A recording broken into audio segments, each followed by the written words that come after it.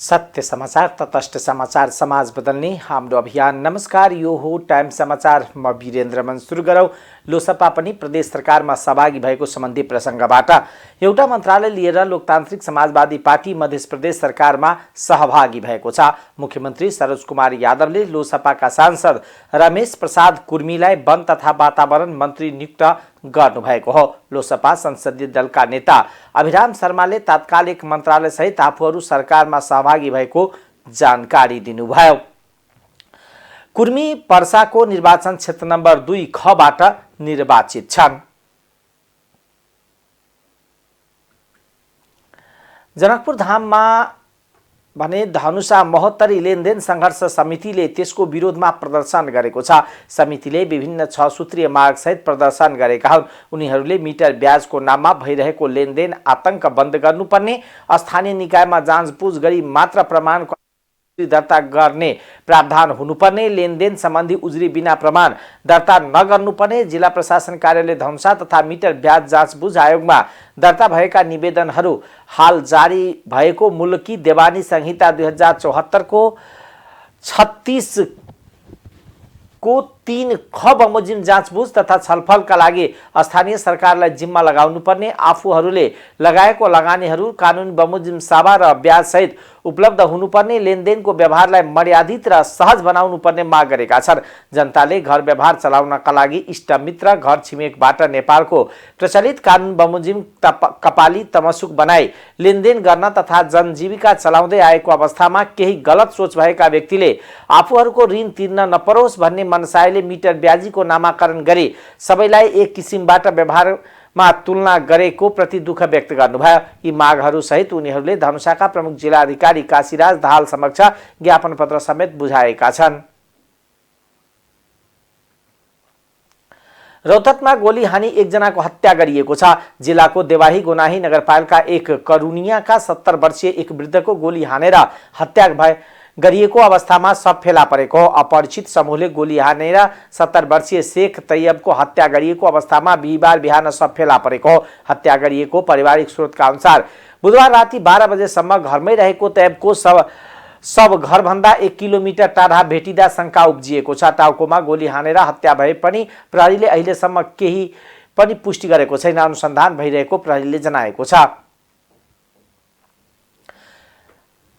गरुडा नगरपालिकाका प्रमुख प्रशासकीय अधिकृतको नक्कली हस्ताक्षर गरी पेशकी फरछोड गर्न खोज्ने एकजना कर्मचारी पक्राउ परेका छन्। हाकिमको नक्कली हस्ताक्षर पेश गरी फरछोड गर्ने प्रयास गरेको गरुडा नगरपालिकाका पोषण स्वयंसेवक पदमा कार्यरत रहेका राम नारायण सहनीलाई जिल्ला प्रहरी कार्यालय रौतहटले को टोलीले बिहिबार पक्राउ गरेको हो। नगरपालिका कार्यालयमा पोषण सम्बन्धी शाखामा कार्यरत सहनीले कार्यालय प्रमुख भूदेव झाको नक्कली हस्ताक्षर गरेको फेला परेका थिए। पोषण सम्बन्धी एउटा गोहेश्वरा भाउचरमा सहनीले नक्कली हस्ताक्षर गरी फरछोट गरेको फेला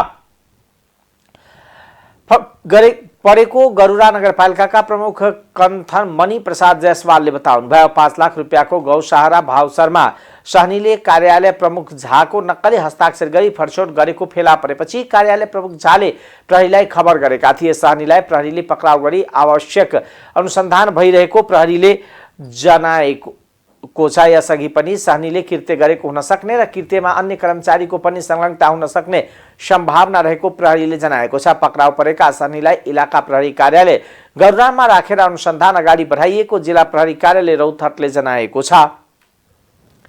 बारामा मोटरसाइकलको ठक्करबाट एकजनाको मृत्यु भएको छ। मोटरसाइकलको ठक्करबाट कलैया उपमहानगरपालिका 23 बस्ने 64 वर्षीय देवकी शाहको मृत्यु भएको प्रहरीले जनाएको छ। बुधबार वार्ड नम्बर 6 स्थित गुप्ता पेट्रोल पम्पबाट पर्सा टोलतर्फ आउँदै गरेको बा 85 प 7609 नम्बरको मोटरसाइकलले पैदल यात्री शाहलाई ठक्कर दिँदा उनी घाइते भएका थिए। थप उपचारका लागि काठमाडौँ लैजाने क्रममा बाटोमा नै उनको मृत्यु भएको बारा प्रहरी प्रवक्ता प्रहरी नायब प्रीक्षक पुरुषोत्तम पाण्डेले जानकारी दिनुभयो। त्यस्तै दुर्घटनामा पनि घाइते भएका मोटरसाइकल चालक पर्सा टोल बस्ने 18 वर्षीय अफरोज मन्सुरीको यस न्युरो परवानीपुरमा उपचार भइरहेको प्रहरीले जनाएको छ। रेशम चौधरीको सजाय माफीका लागि राष्ट्रपति कार्यालयमा फाइल पुगेको छ। 2072 भदौमा कैलालीको टिकापुर घटनामा जन्मकैदको सजाय भुक्तान गरिरहेका चौधरीलाई जेठ 15 गते गणतन्त्र दिवसको अवसरमा राष्ट्रपति मार्फत सजाय माफी गराउने तयारी भइरहेको हो। बुधबार त्यसका लागि राष्ट्रपति कार्यालयको कानुन शाखामा चौधरीको सजाय माफी सम्बन्धी 20 वटा फाइल पुगेको राष्ट्रपति पौडेलका कानुनी सल्लाहकार बाबुराम कुँवरले बताउनुभयो। उहाँका अनुसार रेशम चौधरीको माफीको निम्ति राष्ट्रपति कार्यालयमा हिजो अबेर फाइलहरू आएको हो। चौधरीको माफीका लागि धेरै ठूलो फाइल भएकोले बुधबार राष्ट्रपति पौडेल समक्ष जाहिर भइ नसकेको कुँवरले बताउनुभयो। उपप्रधान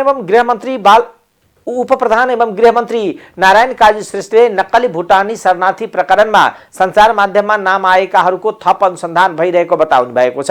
बिहिबार नेकपा एमालेको भातृ संगठन राष्ट्रिय युवा संघ नेपालले नक्कली भुटानी शरणार्थी प्रकरणबारे निष्पक्ष छानबिनको माग गर्दै बुझाएको ज्ञापन पत्र ग्रहण गर्दै उहाँले यस्तो बताउनु भएको हो। मन्त्री श्रेष्ठले कोही व्यक्तिले दिएको बयानकै आधारमा मात्र पक्राउ गर्न नमिल्ने भन्दै थप अनुसन्धान भइरहेको बताउनुभयो। उहाँले राजनीतिक दलहरूले नागरिकलाई जीवन फेरिएको अनुभूति दिन नसकेको बताउनुभयो। उहाँले देशमा भ्रष्टाचारको जालो व्याप्त रहेको र कमिसनको जालो नतोडिदासम्म समृद्धिको यात्रा सफल हुन नसक्ने बताउनुभयो। उहाँले भ्रष्टाचारको प्रभावकारी नियन्त्रण गर्न आवश्यक भएको बताउनुभयो। उहाँले देशको नागरिकलाई अनागरिक बनाई विदेश पठाई सम्पत्ति कमाउने काम सह्य नहुने बताउनुभयो। उहाँले राजनीतिक प्रभाव र अवांछित दबावबाट मुक्त भए र स्वतन्त्र रूपमा छानबिन गर्न प्रहरीलाई निर्देशन दिएको पनि बताउनुभयो। धन्दा पनि यहाँ भएको देख्नु हामी लज्जित छौँ। वास्तवमा राज्यकै निकायमा भएको मान्छेहरूबाट नै यो प्रकारको काम भयो भनेर अनुसन्धानबाट देखिएको कारणले हामीले त्यो अनुसन्धानको प्रक्रियालाई अगाडि बढाएर अहिले हामीले मुद्दा अदालतमा पनि पेश गरेका छौँ। तपाईँहरूले भन्नुभए अनुसार नै अन्तिम फैसला त अदालतले गर्छ। त्यो अदालतको फैसला हामीले पर्खनु नै छ। अदालतको फैसला हामी सबैले हाम्रो संविधान अन्तर्गत हाम्रो राज्य व्यवस्था अनुसार मानेर नै जानुपर्ने हो।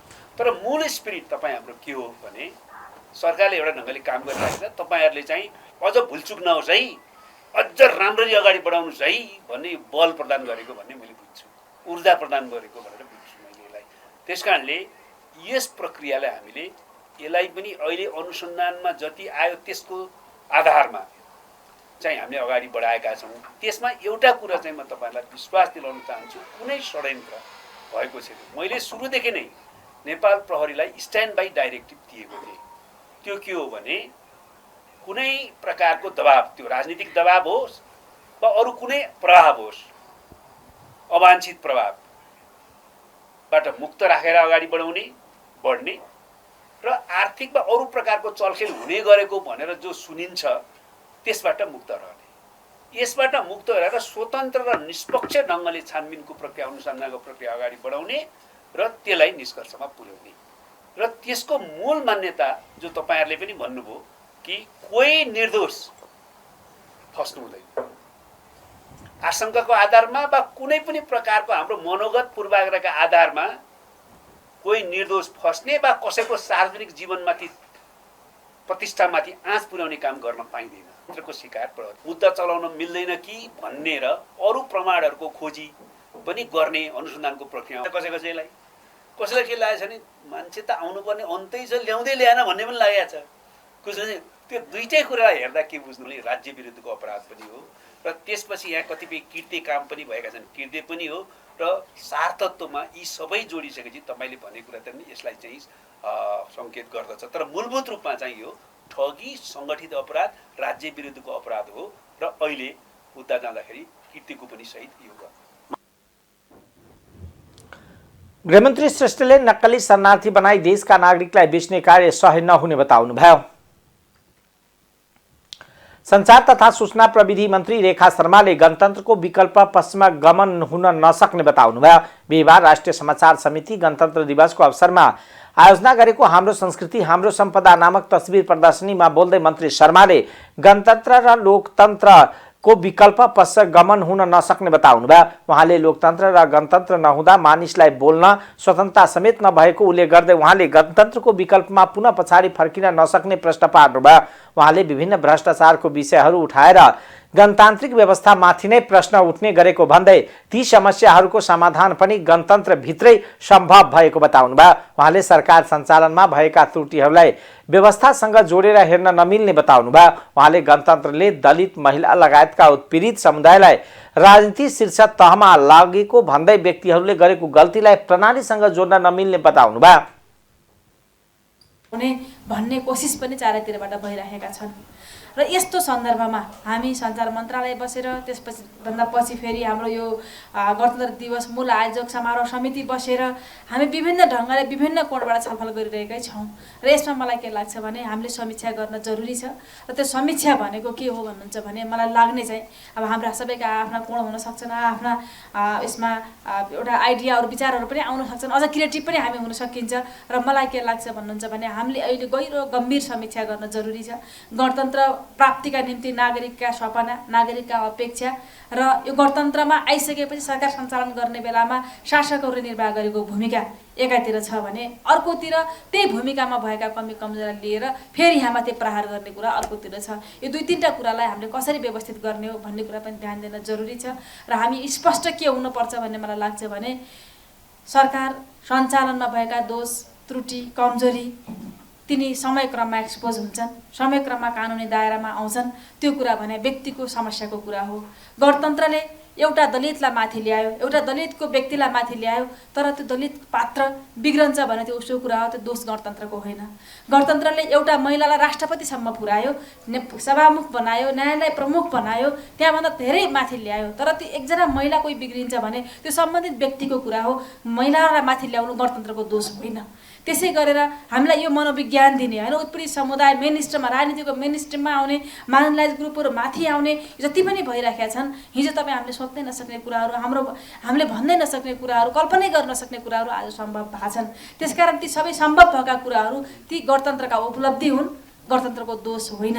त्यहाँभित्र हुने सीमा, त्यहाँ गरिने कमजोरी, त्यहाँ गरिने बदमासी ती सम्बन्धित व्यक्तिका कमजोरी हुन्, व्यक्तिका बदमासी हुन्, त्यो कानुनी दायरामा आउँछन्, त्यसलाई परिक्षेत्रबाट सम्भव भएको हो, मान्छेले के अरे उठाउने गरेका छन्। तर विषय त्यस्तो होइन। त्यो के हो भन्नुहुन्छ भने यसको विकल्प, यसको समाधान त्यो होइन। यो गणतन्त्रको समाधान गणतन्त्रभित्रै सम्भव छ, लोकतन्त्रभित्र भएको समस्याको समाधान लोकतन्त्रभित्रै सम्भव छ, बाहिर गएर यो समस्याको समाधान सम्भव छैन भन्ने कुरालाई हामीले व्यवस्थित ढङ्गले, समीक्षागत ढङ्गले यसलाई अगाडि बढाउन जरुरी छ। उहाँले राज्यको माथिल्लो तहमा पुगेको कोही व्यक्ति बिग्रिएमा गणतन्त्रको दोष नभएको बताउनुभयो। अब आर्थिक समाचार।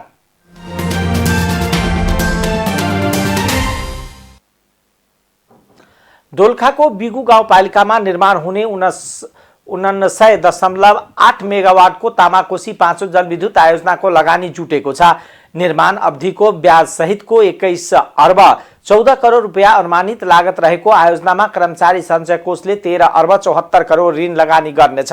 जनताको जलविद्युत कार्यक्रममा समावेश आयोजनाको बाँकी रकम सर्वसाधारणलाई समेत सेयर निष्कासन गरी स्वपुँजीबाट जुटाइनेछ। आयोजनामा 65% ऋणबाट र 35% इक्विटीबाट जुटाएर वित्तीय व्यवस्थापन गरिएको हो। ऊर्जा, जलस्रोत तथा सिंचाई मन्त्री शक्ति बहादुर बस्नेतको उपस्थितिमा आइतबार नेपाल विद्युत प्राधिकरण आयोजनाको प्रवर्धन, तामाकोसी जलविद्युत कम्पनी र कर्मचारी सञ्चय कोष बीच त्रिपक्षीय ऋण सम्झौतामा हस्ताक्षर भएको छ।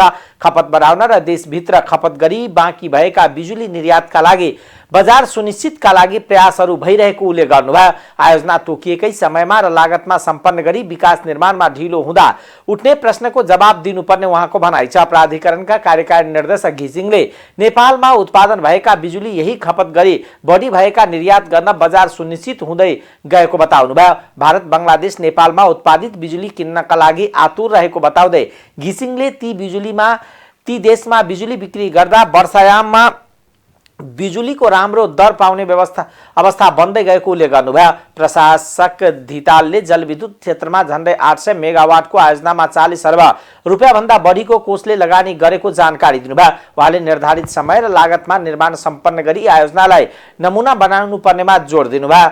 456 मेगावाटको माथिल्लो तामाकोसी जलविद्युत आयोजनाबाट बिजुलीको उत्पादनपछि निस्किएको पानीलाई उपयोग गरी तामाकोसी 5औं निर्माण हुन लागेको एस्काकड आयोजना हो। माथिल्लो तामाकोसीको विद्युत गृहबाट निकालिएको पानीलाई आयोजनाको सुरङ्गमा पठाउन आवश्यक पर्ने सिभिल संरचनाको निर्माण भइरहेको छ।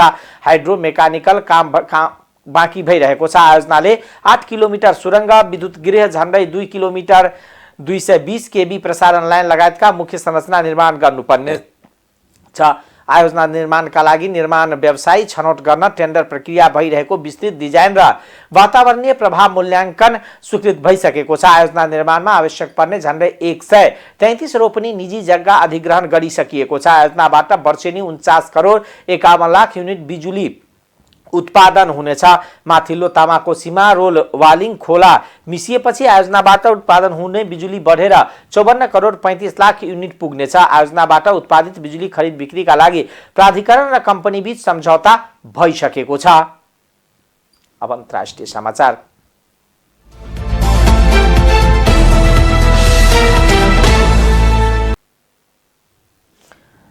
आर्थिक सहयोगलाई बलियो बनाउने उद्देश्यले भारत र अस्ट्रेलियाले अप्रवासन सम्झौताको घोषणा गरेका छन्। अस्ट्रेलिया भ्रमणका क्रममा भारतीय प्रधानमन्त्री नरेन्द्र मोदी र समकक्षी एन्थोनी एल्बानीजी बीच सम्झौतामा सहमति भएको हो। सम्झौताको उद्देश्य विद्यार्थी, स्नातक, शैक्षिक अनुसन्धानकर्ता, व्यवसायी व्यक्ति दुईतर्फी गतिशीलतालाई बढावा दिनु रहेको अन्तर्राष्ट्रिय सञ्चार माध्यमले जनाएका छन्। त्यस्तै मोदीले भारत र अस्ट्रेलियाको सम्बन्ध सुमधुर भइरहेको पनि बताउनु भएको छ। उहाँले दुई देश बीचको सम्बन्ध विश्वमै प्रभाव पर्ने बताउनुभयो। क्षेत्रीय स्थिरता, विश्व शान्ति र कल्याणसँग पनि भारत र अस्ट्रेलियाको सम्बन्ध जोडिएको उहाँको भनाइ छ। दक्षिण अफ्रिकाको प्रशासनिक राजधानी प्रिटोरियाको उत्तरी भागमा रहेको हन्सनमा कालमा हालै फैलिएको हैजाबाट 17 जनाको मृत्यु भएको गोतेङ प्रान्तका स्वास्थ्य विभागले जनाएको छ। हालसम्म हैजाको प्रयोगशालामा पुष्टि भएको बिरामीको संख्या 29 पुगेको छ भने 17 जनाले ज्यान गुमाएको विभागले जारी गरेको विज्ञप्तिमा भनिएको छ। हाल हम्सनका क्रम हैजाको प्रकोप देखिएपछि 165 जनाको उपचार गरिएको छ। गत फेब्रुअरीको प्रारम्भमा दक्षिण अफ्रिकामा हैजाको 2 केस अभिलेख भएको थियो भने सोही महिनाको अन्त्यमा पनि 1 जनाको ज्यान गुमाएपछि देशको विभिन्न भागमा झाडा पखाला, वाकवाकी लाग्ने, पेट दुख्ने, डिहाइड्रेसनको समस्यामा मानिस पीडित भएका थिए। सरकारले यस्ता लक्षण देखिने बित्तिकै नजिकैको स्वास्थ्य संस्थामा गएर उपचार गराउन आग्रह गरेको थियो। विभागले अहिले पनि यस्तो लक्षण देखिए तत्काल स्वास्थ्य परीक्षण गराउन र नियमित रूपमा औषधि सेवन गर्न सर्वसाधारणलाई आह्वान गरेको छ। टाइम्स समाचार अहिलेको लागि यति नै। हेर्दै गर्नुहोला टाइम्स टेलिभिजन। नमस्कार।